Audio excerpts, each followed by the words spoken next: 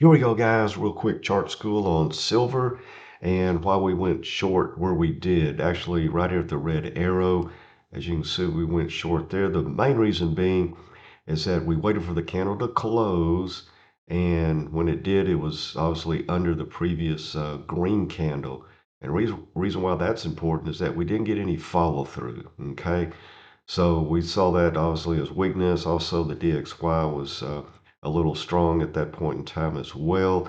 So we've just been holding and molding, so to speak, down to this low pivot. See where this blue dash line is?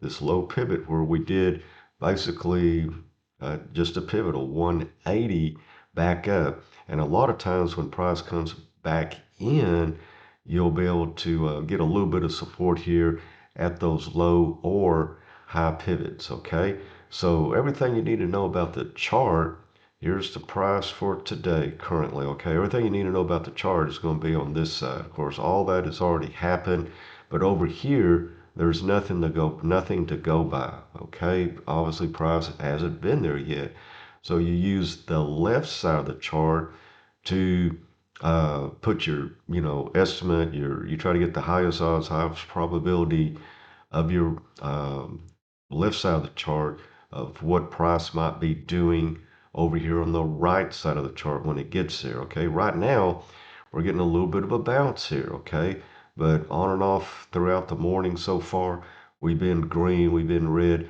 So we need a little bit of, again, follow through back up to the upside. Now, what's reason why we have this uptrend line, and I'd say probably 96% of the people don't know this, but on these trend lines that held support, held support,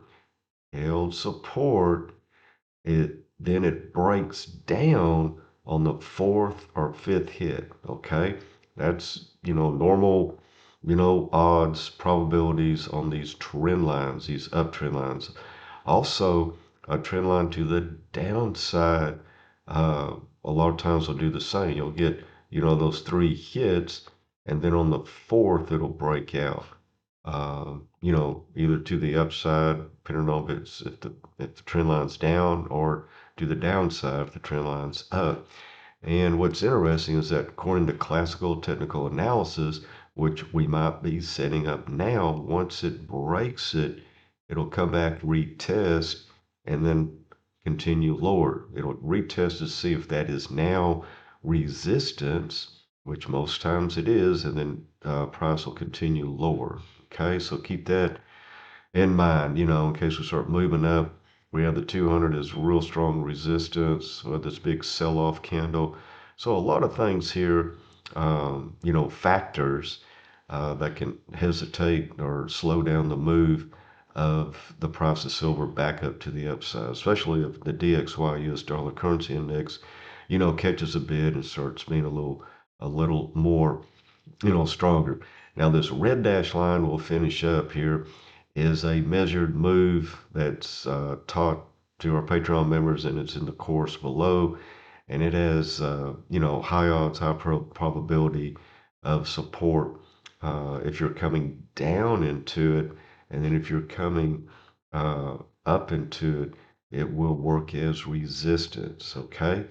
So even if we lose this over the next, few days, what have you, then first of next week, if we come down into that red dash line, we could possibly, I mean, nothing's 100%, but you got to have this stuff on your chart so that when you click on your chart, no matter what it is, stocks, crypto, commodities, metals, whatever, you can see it in a split second, where price is in relationship to those either resistance zones or, support zones on your chart. So anyway, just want to give you that real brief, heads up, kind of what we're expecting here near term.